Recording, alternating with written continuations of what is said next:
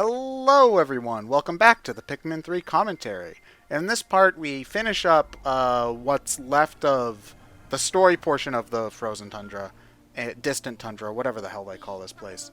And we're going to fight the boss. So that's pretty cool.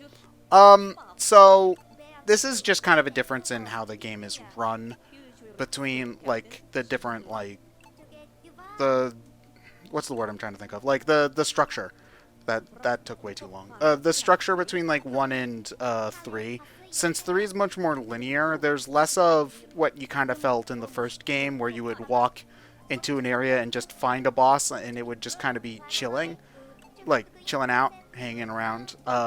In this game, they're much more staged and boss feeling in that sort of way. Cinematic in a way. Yeah, which I mean, again, this is just a personal preference thing, whether you prefer one or the other. I like the scale of the bosses in this game, and in terms of gameplay, I think they're mostly really fun. This one coming up is probably my least favorite, but that doesn't mean it's bad. It's still pretty good. I think they did it this way specifically because while it was interesting to have the bosses kind of hanging around in one, they could blindside players really easily. Yeah, that's true. Like the one example I'm thinking of, The beady long legs. Yeah, the long legs. You walk into that room and you're like, "What the hell's going on?" And by the time you why realize, are 80 of my Pikmin dead? yeah, and I mean, like, eventually you'll be like, "Oh wait, something's gonna happen," but the moment you realize that, it lands right on top of you and you die. They do sort of try to mitigate that in some instances where, like, there will be a wall that you have to break down before you actually fight the boss itself. But that also just adds time to the whole equation that, like, isn't Didn't necessary. strictly need to be there, yeah. Yeah, so yeah, This is kind of the only real option they had. yeah, I guess unless if they wanted to make it more, it's not really open world, but if they wanted to go that route, they could try to do that. But I don't think I see them going in that direction with Pikmin. No, I think they future. like the design philosophy this game has. Yeah, because I feel like Nintendo. Well, it's weird. Generally speaking, they've been much less open with their games. But like Breath of the Wild and Mario Odyssey are huge exceptions, and they both did really well. So I don't know how that's changed the way that they like view the games that they're making going forward. I mean, granted, those games are both 3 years old now, so certainly the response. Yeah. Why is time moving too quick? Man, What would you rather live in a pandemic world where everything goes by at 10 seconds for every hour? every frickin' Pikmin right now was moving in perfect formation, except for this one dopey yellow one who's just way behind. That's the series, generally speaking. There's always like the one that falls on their ass trying to walk around or is just walking into the wall or whatever. They're dumb assholes a lot of the time. Also, one thing I do appreciate is that since the areas do feel a little bit more linear than normal, than the first two games, what they've done is they've made like shortcuts so that you can get back to the boss easily in case you have to go back and fight it a second day. Is that a gotcha capsule with a recorder in it? Yeah. all of the suit upgrades in this game are in like the little gotcha capsules. And for some reason, they're things Olimar threw away for whatever reason. Well, I guess that confirms that we've landed somewhere in Japan. Yeah. Well, it's more like it's been so long no one knows what the geography is of this planet is anymore. Yeah, Well- because you see the overhead of it, and it's clearly not the Earth continent location anymore. But all of this stuff has like survived pretty well for like the entire structure of the planet to be pretty different. Like there's still electric boxes that are barely rusted and whatnot. So I don't know. Whatever we have in all of this crap is pretty resilient. Wait, it's just plastic. Okay, never mind.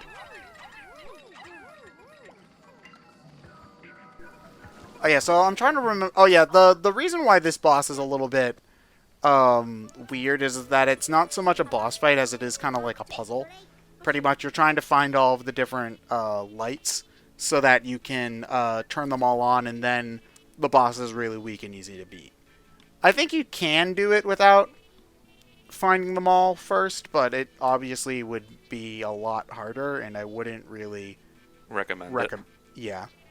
The thing we found is the dodge roll, which is actually like probably my favorite new mechanic in the whole game, because you can use the D-pad on the Wii remote and like do a roll back and forth, which is really really good for dodging stuff. It makes by design, but it makes the combat feel a lot more dynamic when you have a way to move and not just like run around like an asshole. Because Pikmin combat was pretty basic before that, where it's just like dodge the attacks by just running out of the way. Now you have a chance to like move and time what you're trying to do, and the Pikmin will roll with you. So Nice less mushroom like, going right through him. Yeah. It's a hologram. look at that poor asshole though. He doesn't even know what's going on. Also, it's got like the Donkey Kong Jungle Beat like hair physics going on there too. They really like that engine. Yeah, they really The Queen Well, Bee you know, in I Galaxy. sort of Never understand forget. why, because if you can do hair well in 3D, it's one of those things that instantly makes any image look more natural. Just look at Witcher 3. The hair in that game is fucking beautiful. And that's important because the main character has long hair. So, Oh man, Okay, in that case, then yeah, they kind of just need to make sure that's you compare good compare that to looking. something like Mass Effect, where everyone's hair looks like it's made of frickin' dried clay. Yeah. Well, I still think today they're developing games struggle with hair. Yeah. In some, if I mean clipping issues, that's a tale as old as time. But it just like the follicles on the hair itself, it's like it looks so weird. I mean, Yeah. honestly, it even helps with like largely obsolete visual styles. Like, I'm playing Trails of Cold Steel 1 right now, and just having characters that have moving hair and that art style improves everything so much. And yeah. it's not by any stretch a good-looking graphical style because it's old. Everything is stiff. It's wanna know Dreamcast basically. The problem I have with hair nowadays, you can actually kind of see it perfectly fine in Final Fantasy VII Remake. Like, especially at a 4K Oh, yeah. resolution. Like, in broad daylight, look at the hair. Like, and it just everything in sticks that out. game looks so beautiful except for the apartment doors and Except the the hair. hair. Yeah, and the hair. And the don't you attach- fucking shit talk low-res apartment door. And the it keeps and me safe at night. the hair, the low res apartment door, and the Sonic 06 townspeople. And the flowers. Flora and fauna, I tend to look low-res. I'm still not sure if they patched it yet. Are you sure you guys actually think this game looks good? Because you're complaining about a lot of shit. It's small shit. It's like, okay, the actual character models and animations are great until you find those little details that they just didn't do anything good about. There's When things slow down and stop, when you have the time to look at that kind of shit, is when you really notice it. Certainly, I'm not looking at Cloud's hair when I'm getting attacked by a scorpion. in the case of the hair, it's more like the lighting engine interacts weirdly with it. The hair itself is fine, the way it animates is fine, but the lighting is so off. There's a lot of I'm thinking of a lot of like PS3, Xbox 360, like where the hair looks like it's just a bunch of pieces of paper stacked on top of each other, Right. which is And particularly. that's more noticeable in higher resolutions, but I kind of like more because at least it's a solid base, where instead of just trying to process hair real time, it just doesn't look as good. It's a little odd, though, how random Square is about the graphical details that don't work out so well for them. Midgar, Like, Midgar, for example, Midgar. It's only a JPEG. This might be a random thing to bring up, but It's just a model. you've played Final Fantasy 13, right, John? Did you ever notice like how detailed the gloves are, but then when you see a character with bare fingers, suddenly we're in PS2 land again? Ooh, put the gloves back It's on. like, why would you detail gloved fingers so painstakingly and then not pay any attention to their actual fingers? Don't they take the same number of polygons? I don't get it. It's like in Smash Brothers Melee where they clearly spent a million years working on the denim for Mario's for Overalls. Mario's pants, and they like the environments in the Hyrule Temple are like, lol, here's a rock. Like, look, I know that people love that game, but there's a lot of graphical stuff about it. Did not age It's almost great. like it was built in like 12 months. Yeah, I'm still that was- surprised that was- that they managed to poop out that game in 12 months, though. That is fairly impressive on its own merits. Yeah, but as you established, though, the 8 months went into Mario's denim. So And then it took 7 years to get to Brawl with Bloom and Brown everywhere. I would say Bloom and Brown, more like it's just washed out in general. Yes. You know, What was Sakurai smoking when he said, "You want to know what would be cool if we dropped a nuke on 1-1 for Mario 1?"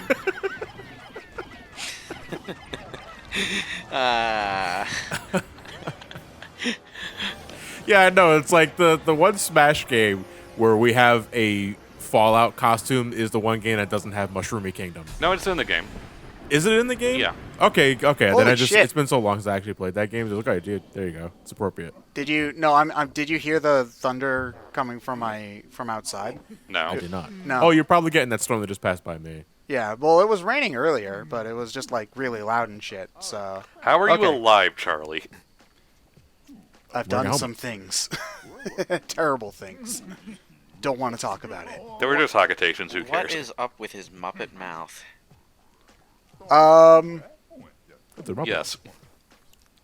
Oh yeah, he is kind of the only one that has like the Muppet kind of Like a kind ball of sack going mouth, on. yeah. Everyone else has a more normal sort of.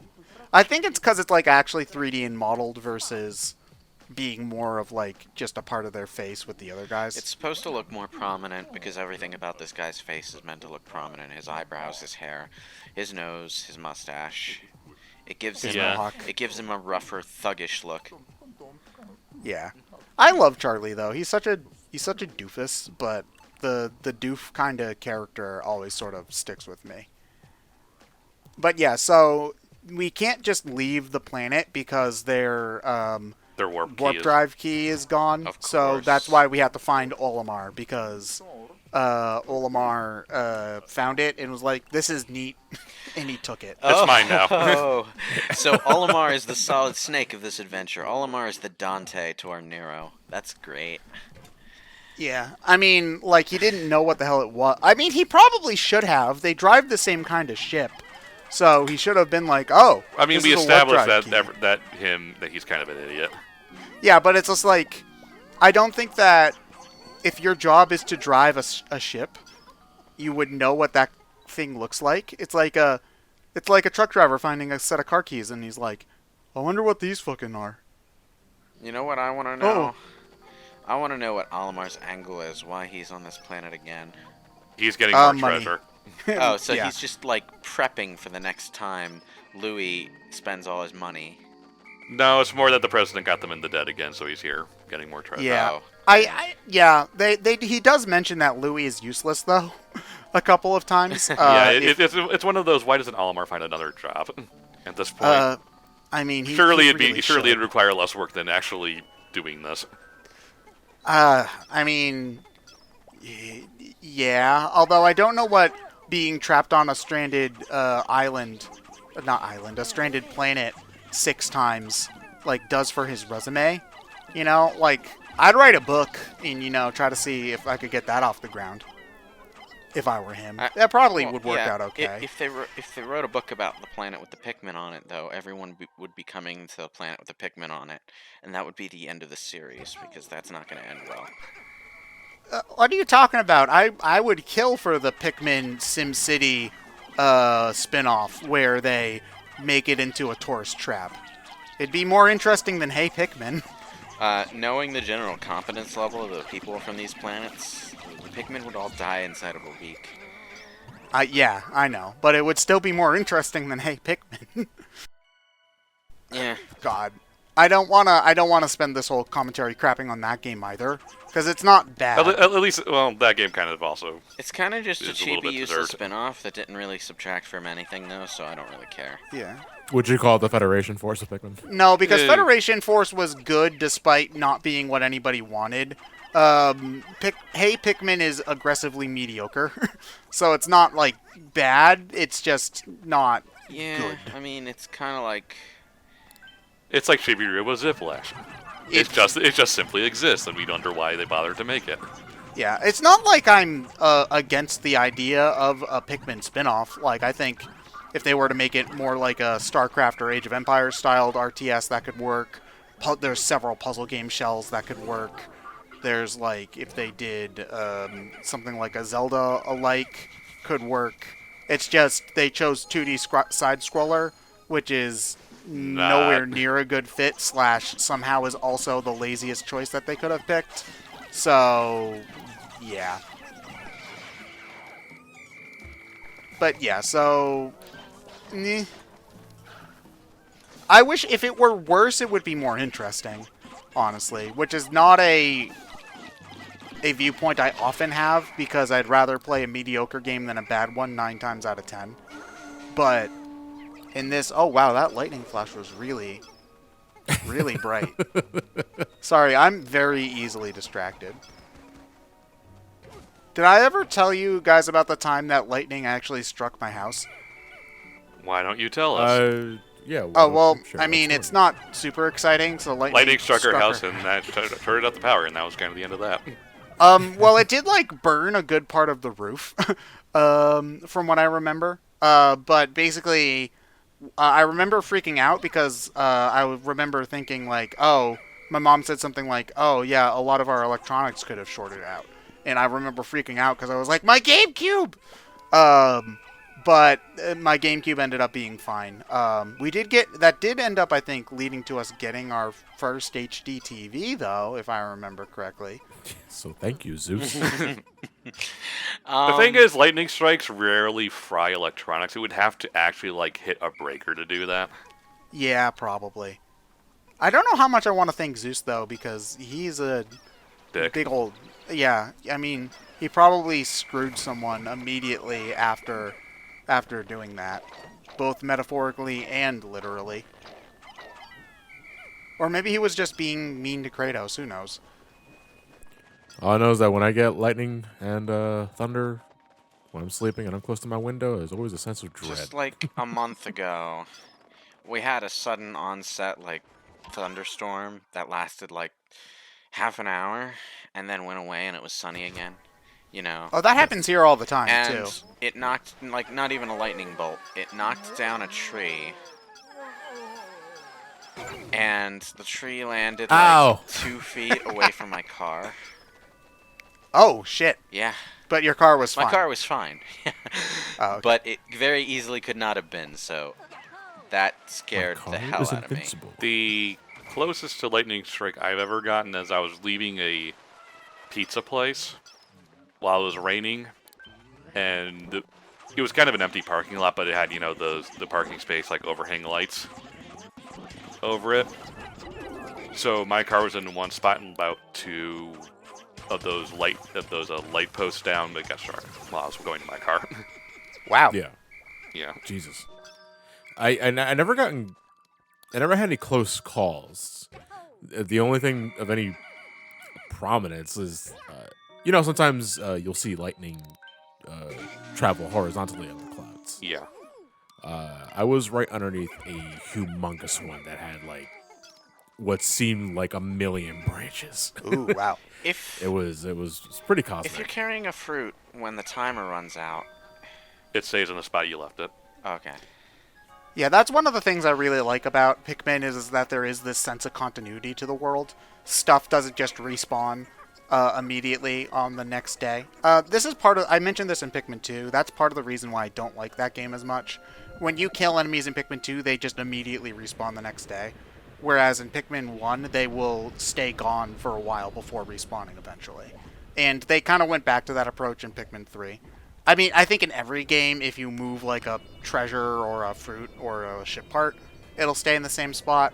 But it's the little things that make the game feel like it has a sense of continuity that I really do appreciate.